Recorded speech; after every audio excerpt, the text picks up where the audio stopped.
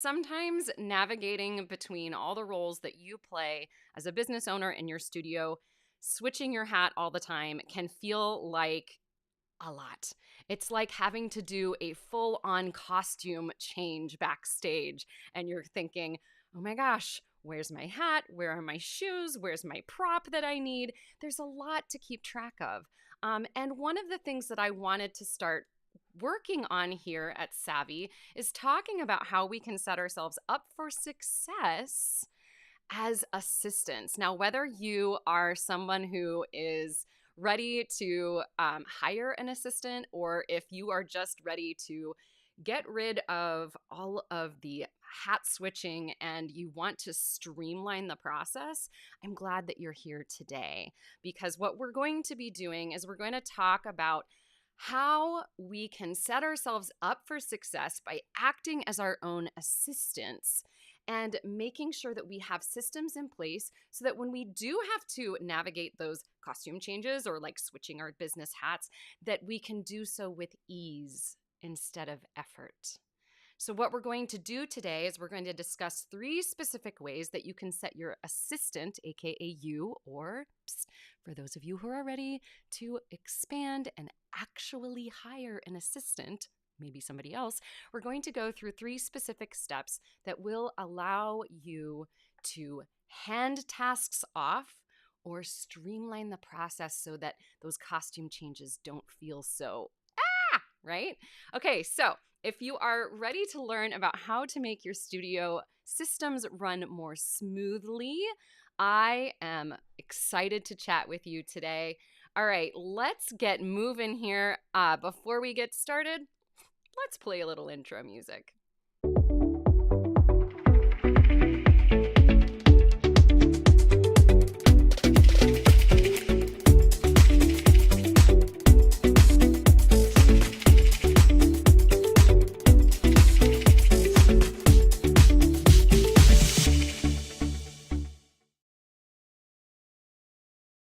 And we are back. So I'm doing a little stuff behind the scenes today because we're testing out the Savvy Sara bot over on Instagram, and fingers crossed it's actually going to work. So if you put a specific word in the Instagram chat, you're going to be able to interact with the chat bot.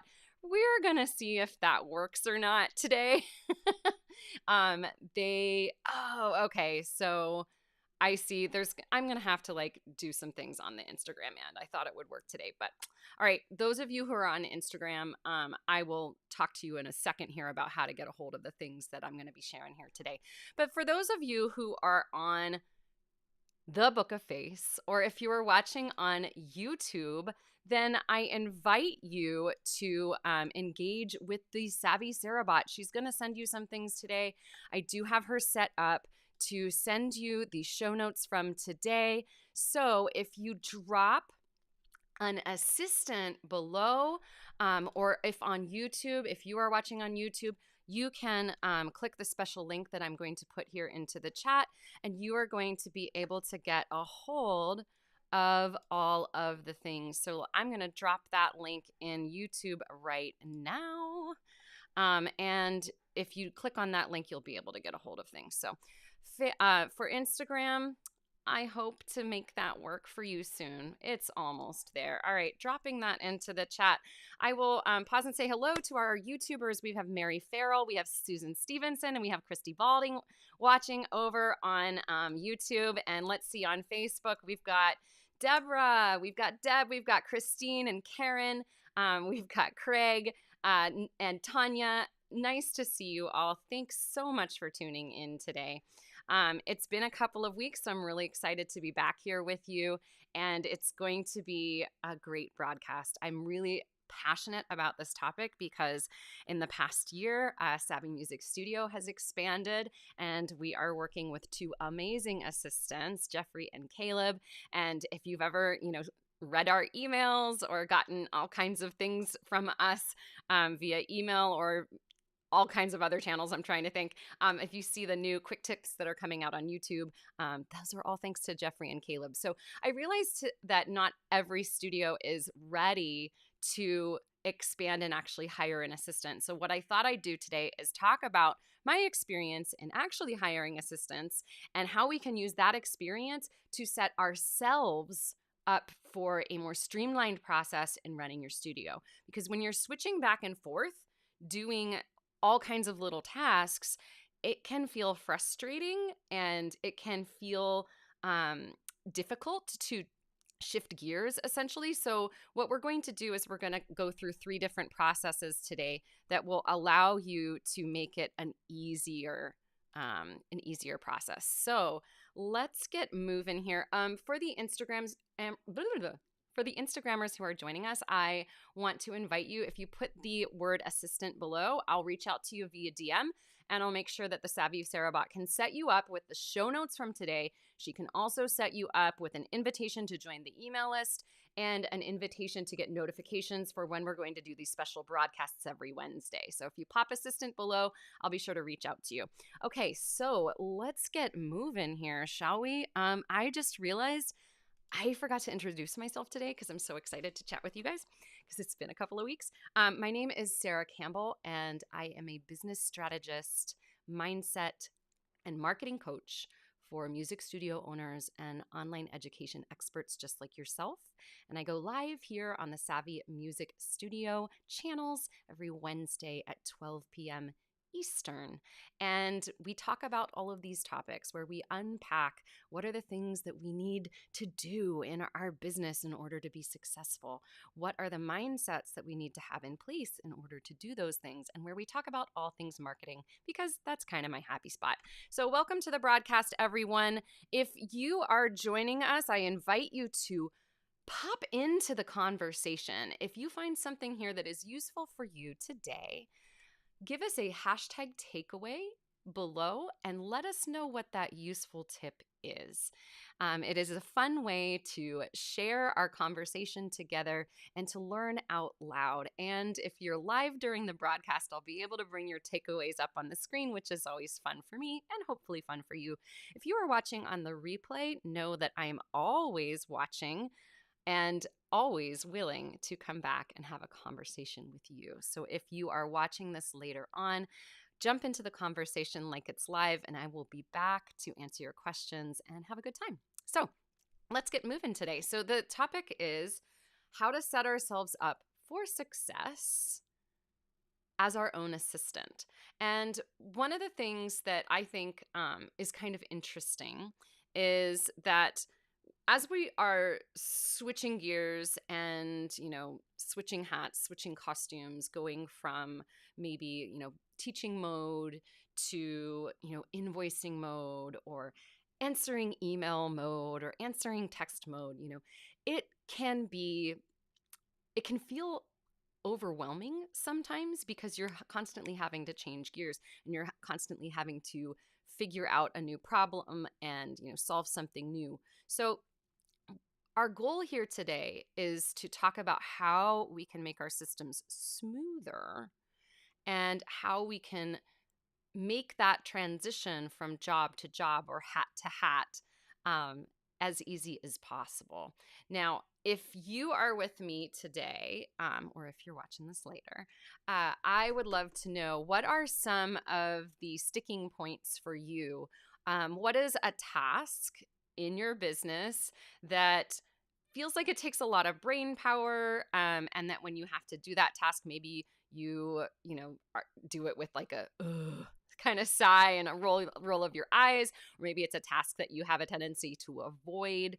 I would love to know what that task is. So I want you to think for a second here about what are some of the things that you do as a music studio owner that are like just not your happy space.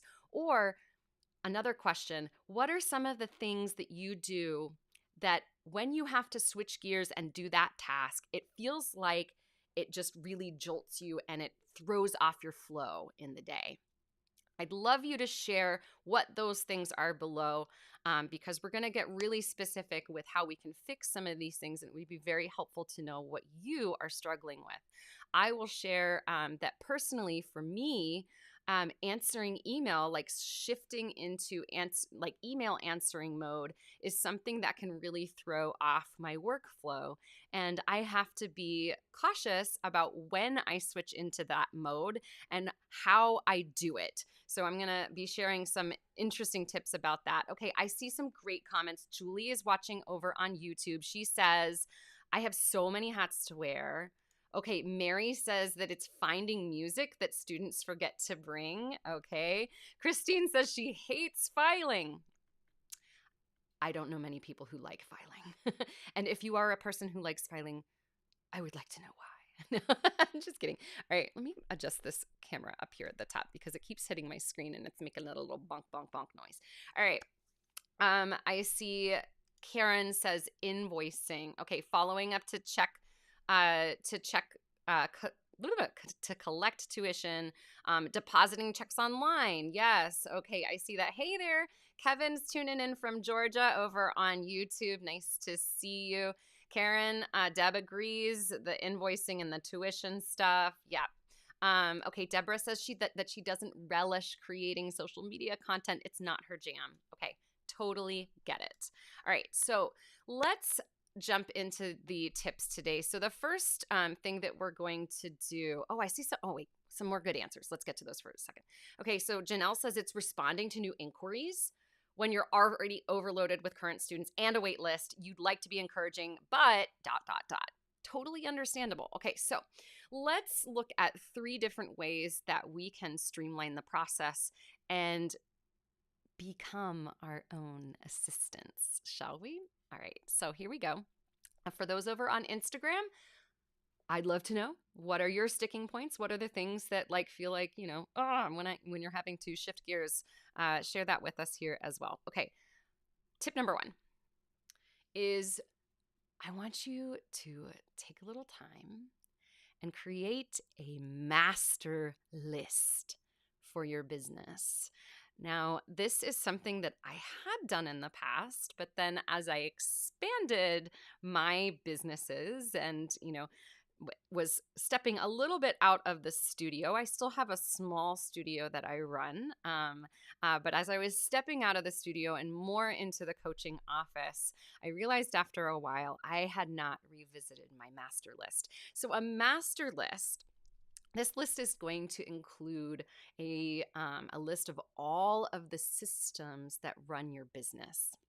And this master list can be on a spreadsheet. It can be on a piece of paper in a notebook. It can be a series of bookmarks that you use on your browser. However you want to make this list is fine, but the goal here is to create one place, one ring to rule them all, right? One place where you have all the information that you need. So I would suggest starting by just doing a brain dump and thinking about what are all the things that I use to run my business. So you can think, okay, what are all the teaching sites that I normally go to? What are all of the invoicing, scheduling things that I use? What are the places, or where are the places where I typically order music? Things like that. You're going to create a series of lists in one place where you can easily access those things. So maybe that list also includes a list of passwords. Put it in a safe place, of course. Maybe it includes a list of passwords. Maybe it includes links to websites.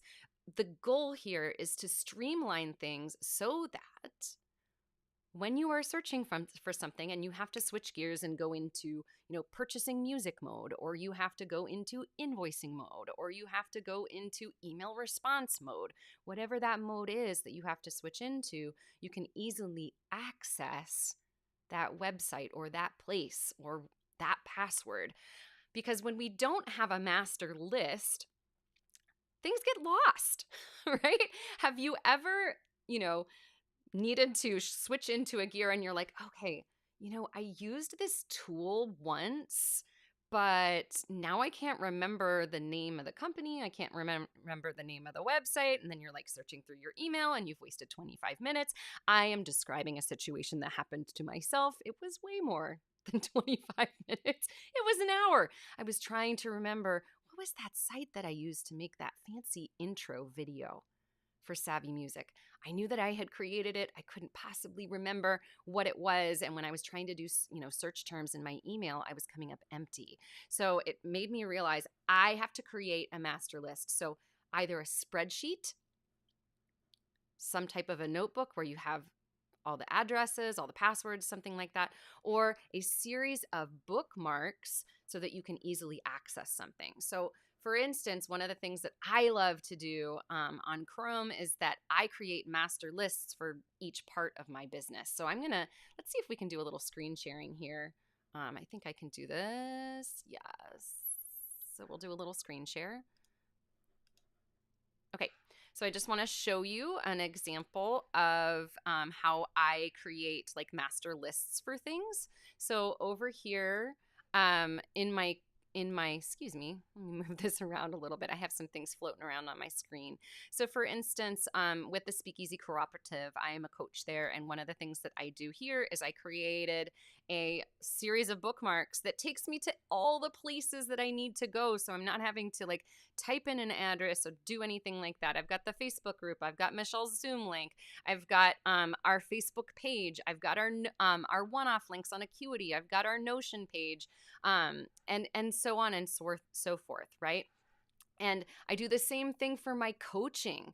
I have all of my Facebook pages bookmarked. I have the social media course bookmarked. I have sales pages bookmarked. So it's very simple, right? I have content ideas. I have weekly broadcast ideas. I have client tools that I use consistently. I have Facebook tutorials that I'm constantly trying to find.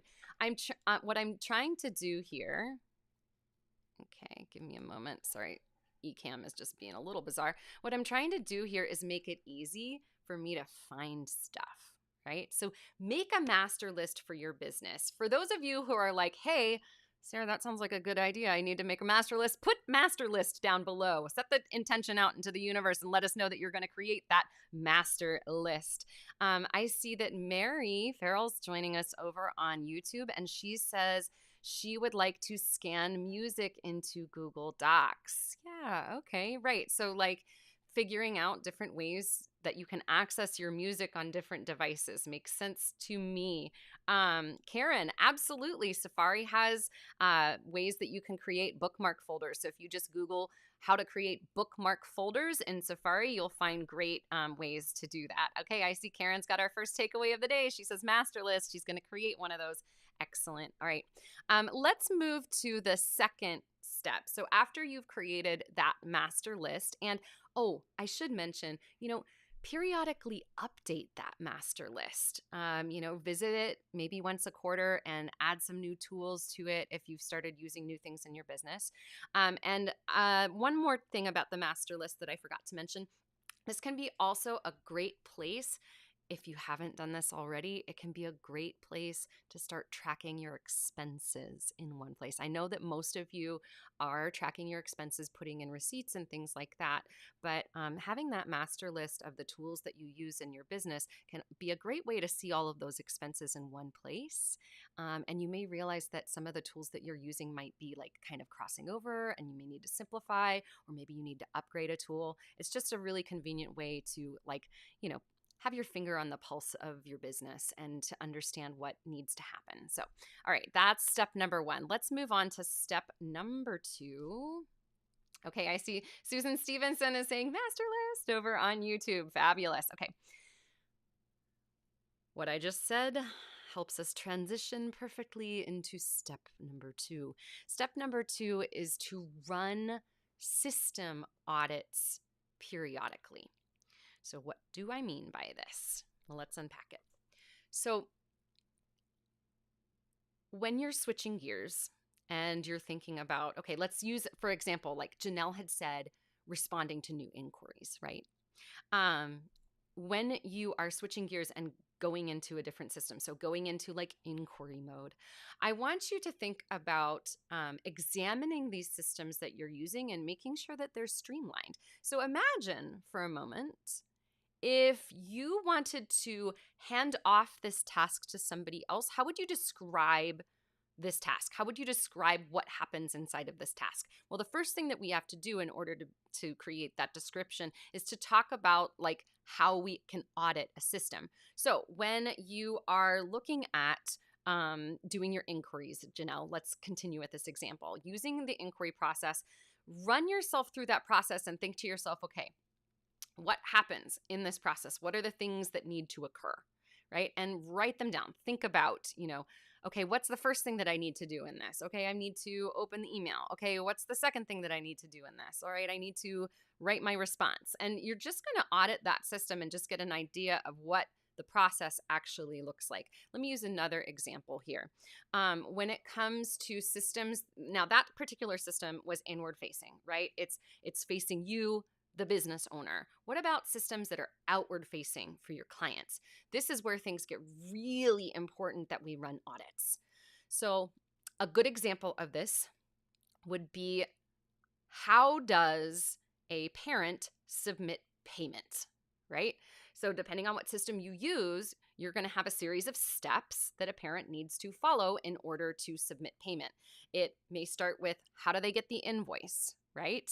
Okay, what happens when they get the invoice? What's the next step that happens?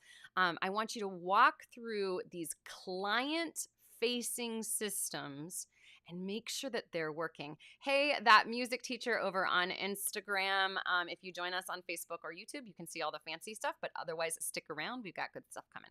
All right, so all of those client-facing things that you do, I want you to make sure that you are periodically checking them and ensuring that they work, because systems break down without us realizing it, especially if it's something that's tech-based and it's something on your website.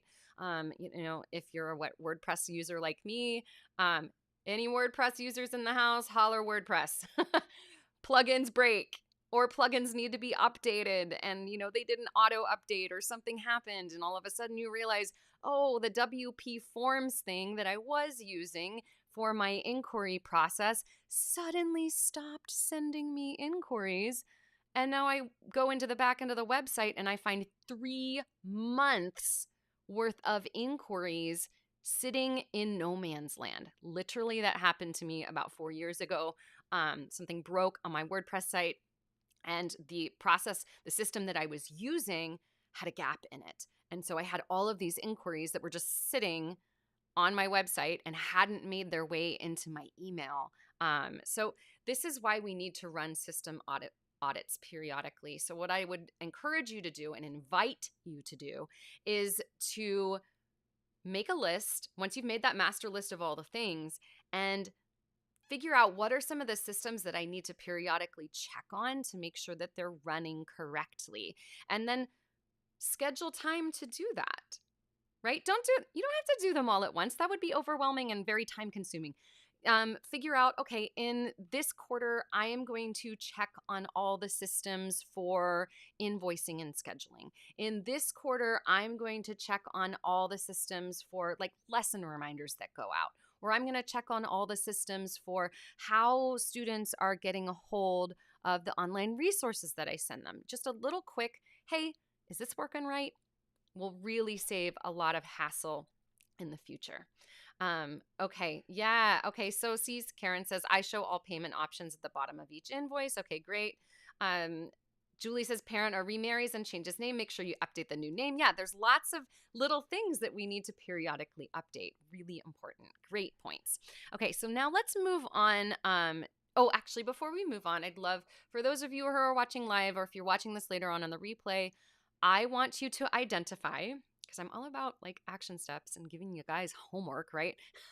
I want you to think right now, what is one system that you think you probably need to audit in the next month? And share that system down below. Is it your inquiry process? Is it your onboarding process? Is it your offboarding process? It could be like invoicing. It could be scheduling. It could be, this inquiry form that's sitting on your website. Have you checked it and made sure that it worked lately? I want you to identify one system that needs to be audited in your studio and share that system down below. All right, let's move on to tip number 3. Tip number 3 today is to build out standard operating procedures, or SOPs. So we kind of touched on this a little bit in the second step here, and now we're going to expand on it. So in order to be good assistants for ourselves, we need to have easy ways to follow processes.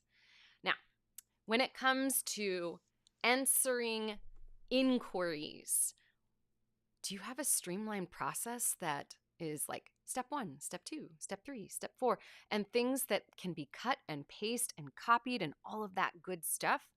Or are you reinventing the wheel every single time you need to respond to that email? If we can spend some time building out a standard operating procedure, then we can streamline our process. So let me define what this might mean. So for instance, let's go with the inquiry process, because I feel like that this is something that a lot of teachers struggle with, because it can be time consuming to respond to things, and we need to think about like what order do things happen in, how can we make this easier for ourselves to do. So the first thing that I would do is run an audit of your inquiry system, make sure that it's working correctly, and then get really specific about how you want this inquiry system to work. Streamline it in a way so that you can literally follow step by step and start to create a system that is something that can be replicated. I want you to think of it this way. If you were to hand this task off to somebody else, make a document that would allow them to follow the process. We're doing this for ourselves so that we can actually make our time easier, to actually make the process of following the steps simpler, so that when you do have to shift gears and you have to go from teaching mode to lesson inquiry mode, it doesn't feel clunky. It feels easy and streamlined. Okay, I love this. Julie says, I have a copy paster email template for inquiries. I can then add any short personal note if needed. Okay, I see Mary says she wants to streamline her inquiries. Yes. Okay. Deb says that she has some online business accounts that need to be updated. Okay. Yeah. The time to update those cell phone numbers, right? Karen says she wants to organize receipts. I love that. Okay. So when you're building out the standard operating procedures, you can do it in a few different ways.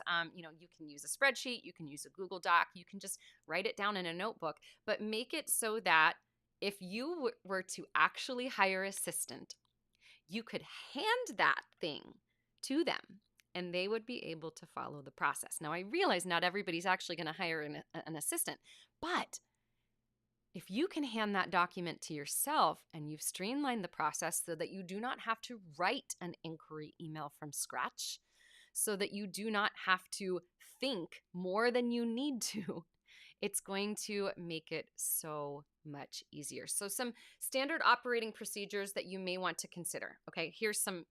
We've already talked about inquiries. Make a standard operating procedure for that. Have templates for your email. Have a series of steps that you can check off. Offboarding a student, same thing, right? Lessons don't last forever, and we know that. And when a student leaves, it doesn't have to be the end of the world. It can be a nice process, and it can be easy to send them what they need to know about leaving the studio, and make those templates ahead of time so that it releases a little bit of stress on your part. Other SOPs: opening the studio, closing the studio, just simple things so that you can hand off those mental tasks in an SOP. And if you're able to do that and you get all of your SOPs written out, someday, if you do want to invite an assistant to help you out, you will be able to do that. So maybe you hire somebody to help you with invoicing. Maybe you hire someone, especially if you're a multi-teacher studio, you hire someone to handle inquiry processes, right? Handle onboarding processes. It could be an actual assistant, or you could have some type of a program that helps you automate the process. The point is to sit down and think about, how can I simplify this? How can I automate this? How can I get this out of my head and onto a piece of paper so that when I do have to switch hats, I don't have to think hard about it. Okay, I see a takeaway from Julie. She says, I need an assistant.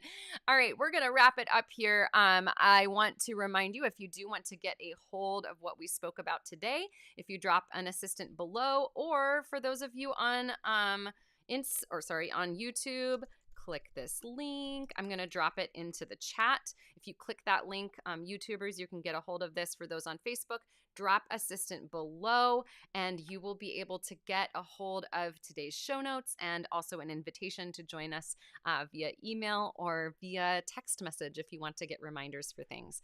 All right, let's do a very rapid recap here. Before we do that, I see Christine's takeaway is write it out. Okay, for those of you who joined a little bit late, let's do a recap.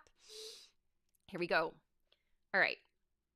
When it comes to setting yourself up for success in your studio, we want to be able to treat ourselves as though we have a studio assistant. Now, that studio assistant might actually be you, or maybe it is a studio assistant that you are hiring.